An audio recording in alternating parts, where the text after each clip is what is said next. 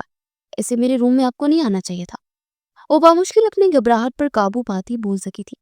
دل تیزی سے دھڑک رہا تھا، رشتے بدلنے والا تھا تو احساسات بدل گئے تھے۔ کچے معصوم ذہن پر پنپتے خیالات پاکیزہ اور با ادب تھے۔